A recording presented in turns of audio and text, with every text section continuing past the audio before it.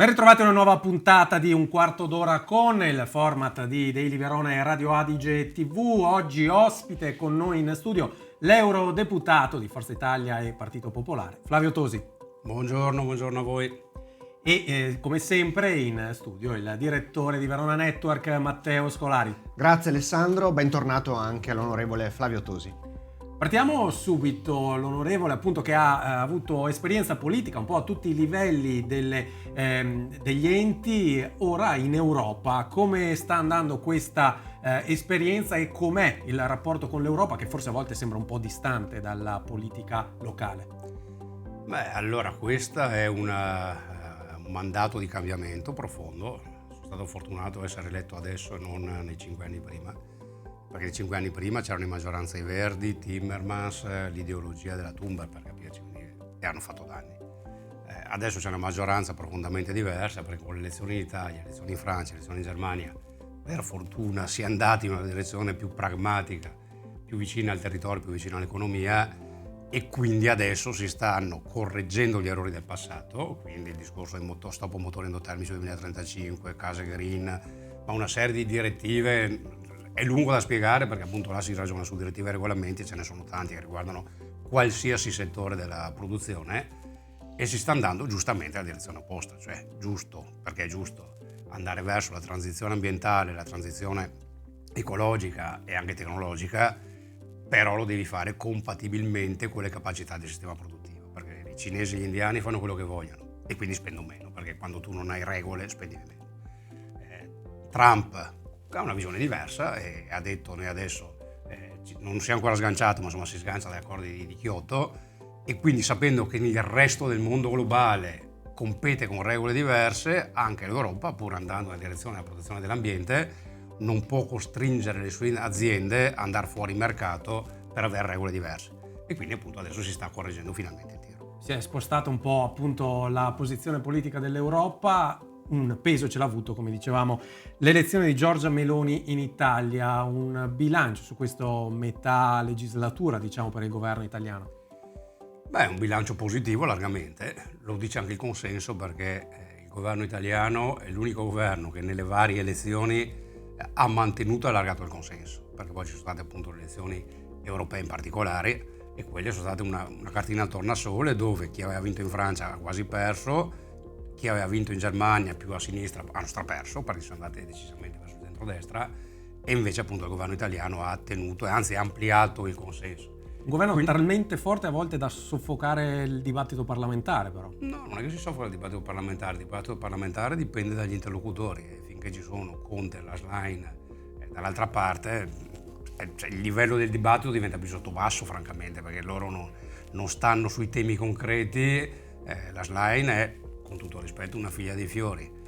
Conte, i grillini sono qualsiasi cosa tranne che politica e amministrazione, e quindi con quegli interlocutori è difficile fare un dibattito serio perché non hanno argomenti seri. Siamo partiti da Bruxelles, Roma, passiamo a Venezia. La posizione di Zaia: finisce un'epoca e forse il prossimo presidente potrebbe essere Flavio Tosi?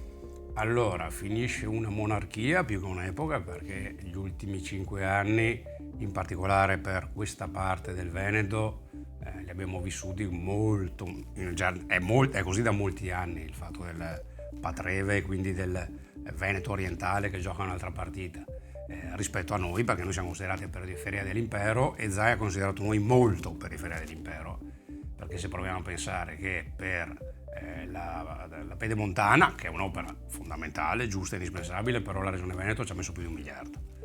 Sul sistema aeroportuale Treviso-Venezia, il sistema aeroportuale in teoria sarebbe Treviso-Venezia-Verona. In realtà su Treviso-Venezia sono arrivati parliamo di centinaia di milioni di denaro pubblico per fare qualsiasi cosa, people mover, servizi, ampliamenti. L'unico cantiere che c'è a Verona lo pagano i soci dell'aeroporto, quindi ce lo paghiamo noi con i soldi nostri anziché arrivare denaro pubblico. A Verona abbiamo il problema del traforo, che sappiamo insomma ben noto. La Regione Veneto ha dato recentemente alla città di Jesolo, per un'opera importante che è la circonvallazione, 50 milioni di euro, e a noi, città di Verona, più grande città del Veneto, col PIL più alto, che paga più tasse di tutti, per il traforo e Torricelle non ci hanno neanche mai preso in considerazione. Quindi dico, finisce finalmente un momento storico nel quale la nostra parte dei territori è stata assolutamente trascurata da Venezia. Come spostare il baricentro un po' verso ovest? Basterebbe un presidente veronese o serve qualcosa di Allora, più? tornando a Flavio Tosi, lì saranno i leader nazionali, quindi Giorgia Meloni, Antonio Tajani e Matteo Salvini a decidere. Se io dovessi scommettere sarebbe più logico, e lo dico al segretario di Forza Italia, quindi lo dico magari contro l'interesse di Flavio Tosi, ma poi insomma i numeri sono numeri. Alle ultime europee i rapporti di forza sono stati Fratelli d'Italia 37% e oltre, in Veneto. La Lega il 13%, che la volta prima aveva il 50%, la Lega passata dal 50% al 13%. E Forza Italia il 9% quasi, che la volta prima avevamo il 6%, quindi insomma Forza Italia è cresciuta molto rispetto al passato.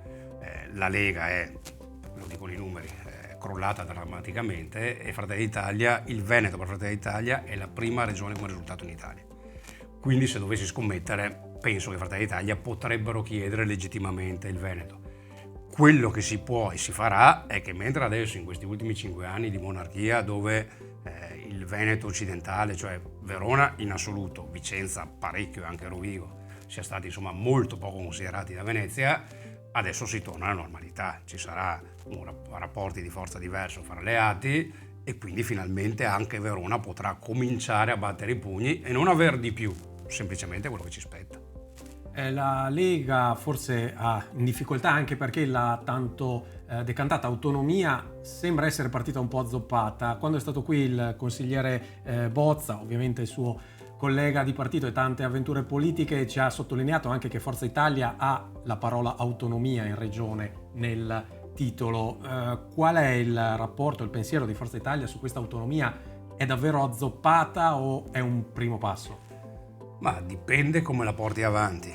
Io mi ricordo che ero in Lega all'epoca quando nel 2006, credo che fosse, si fece il referendum sulla devolution, venne affossato a larghissima maggioranza dagli italiani, passò perché Bossi, devo dire giustamente, perché comunque era una riforma autonomista, la portò avanti e Berlusconi gliela concesse. Dopodiché, siccome venne dipinta da una riforma del nord contro il sud, al referendum venne stracciata. E l'errore che sta facendo un po' la Lega anche in questo contesto è quello appunto di far vedere come se il nord diventa ricco e qualcun altro diventa più povero. Se tu pensi di portare a casa una riforma sull'autonomia in questo modo, non la porterà mai a casa. Devi far capire che invece è in realtà una riforma, perché così è, una riforma che non toglie niente a nessuno, perché con i livelli essenziali di prestazione, così i famosi LEP, anche le regioni del sud non avranno nulla da perdersi. Invece le regioni del nord vanno a guadagnarsi non tanto in termini di soldi, perché dal punto di vista dei soldi non cambia niente, non è che diventiamo Trentino Alto Adige, semplicemente a livello soldi non cambia nulla, cambia a livello decisionale, cioè vuol dire che su un'università, su una serie di deleghe che potranno arrivare, anziché decidere Roma, si decide a livello regionale, che vuol dire essere più veloci, più vicini al territorio, il mondo della sanità, tutto quello che insomma sono le grandi competenze vengono decise subito qua a livello territoriale e non portato tutto a Roma, perché Roma è oggettivamente più lenta. Se spieghi questo la porti a casa, se continui a dipingerla come nord contro il sud non andrà mai avanti. E quindi è nata zoppata per questo motivo, perché qualcuno l'ha posta male. A proposito, lo ha citato, insomma, di Silvio Berlusconi, sono ricorsi da poco anche 2 anni dalla morte. Con la scomparsa del fondatore di Forza Italia sembrava dover sparire anche il partito stesso. In realtà c'è stato un grande rilancio.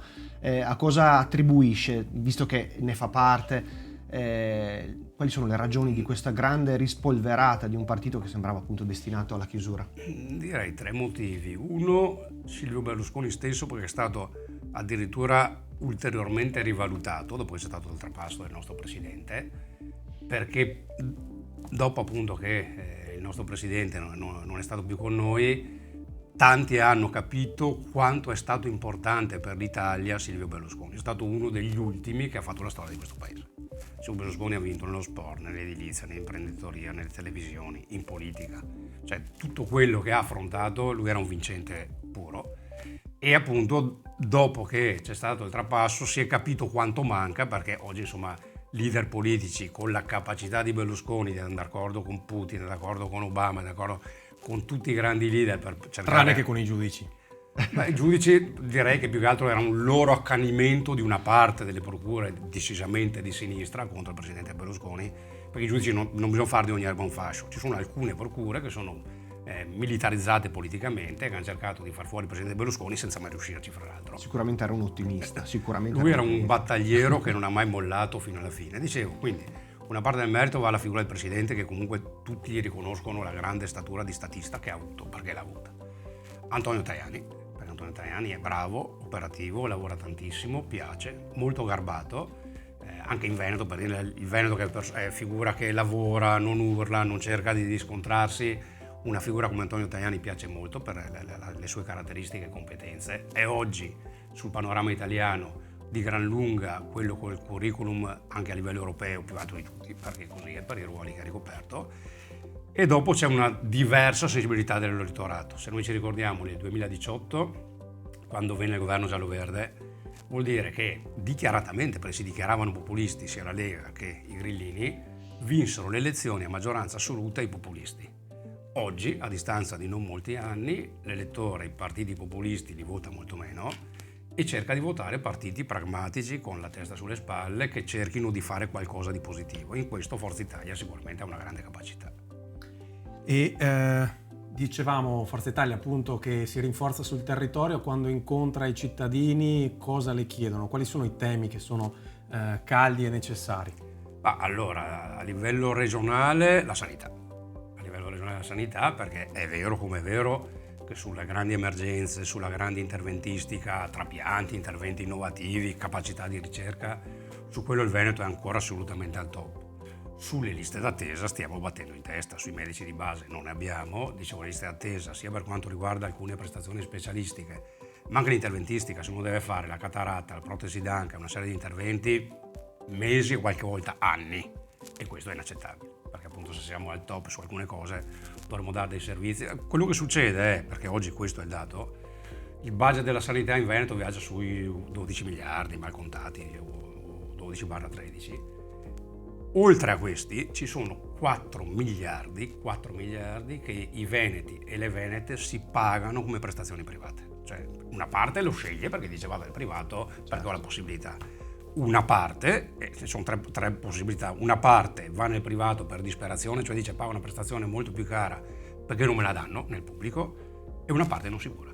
E quindi è chiaro che appunto un problema di sanità c'è. Poi se mi chiede cosa dicono i cittadini a Verona, sono stato anche adesso a un mercato, perché insomma io vado quasi tutte le mattine, quando non sono in Europarlamento, ma negli altri giorni della settimana vado sempre sui mercati per sentire anche il polso della situazione, l'assoluta assenza e latitanza dell'amministrazione comunale. Cioè, brave persone ma inesistenti.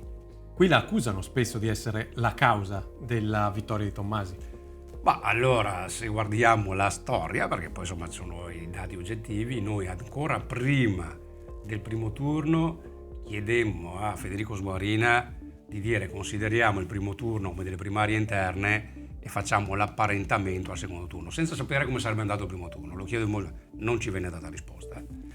Dopo il primo turno, il lunedì ci fu il risultato, martedì ci incontrammo con gli alleati del centrodestra e ci fu il no di Sguarina di nuovo all'apparentamento. Quindi c'è stata una scelta personale, non di partito, una scelta personale dell'altro candidato sindaco che decise di non fare l'apparentamento, e oggi il risultato è che purtroppo governa la sinistra. Lei coltiva sempre il sogno comunque di tornare a fare il sindaco prima o poi? Allora, ci sono due step diversi. Uno appunto è quello delle regionali che sono a brevissimo, e lì appunto vedremo cosa i tre leader decideranno, chi candidare in Veneto. Ovvio che Flavio Tosi il ruolo che ha sempre amato di più è quello di sindaco della città. Credo immodestamente di averlo fatto anche piuttosto bene, e tant'è che appunto i veronesi ancora adesso, anche lì immodestamente, ma mi vogliono bene, e quindi no, ovvio che non mi dispiace, soprattutto perché dopo i disastri tornare e rimettere un po' di ordine, pulizia, far ripartire gli investimenti e la qualità della vita di questa città, quindi sicuramente sì, tornare volentieri a sindaco. Tendiamo l'autunno per vedere cosa succederà con le regionali. Intanto, per chiudere, una battuta: cosa fa nel tempo libero fuori dalla politica? Se rimane del tempo libero. Allora, tempo libero, per chi la fa come la fa Flavio Tosi, tempo libero praticamente non c'è, anche perché uno dice ma il fine settimana è il più denso di sagre, inaugurazioni, eventi, quindi praticamente il tempo libero non esiste. Infatti Santa Patrizia, mia moglie, mi sopporta e mi supporta. Nonostante questo ci prendiamo magari una settimana in dicembre, una settimana in agosto, di solito per andare in montagna. Dopo, appunto, ripeto, ma faccio quello che mi piace, cioè non è mai coordinato di nessuno di fare attività politica in questo modo, è giusto stare sul territorio.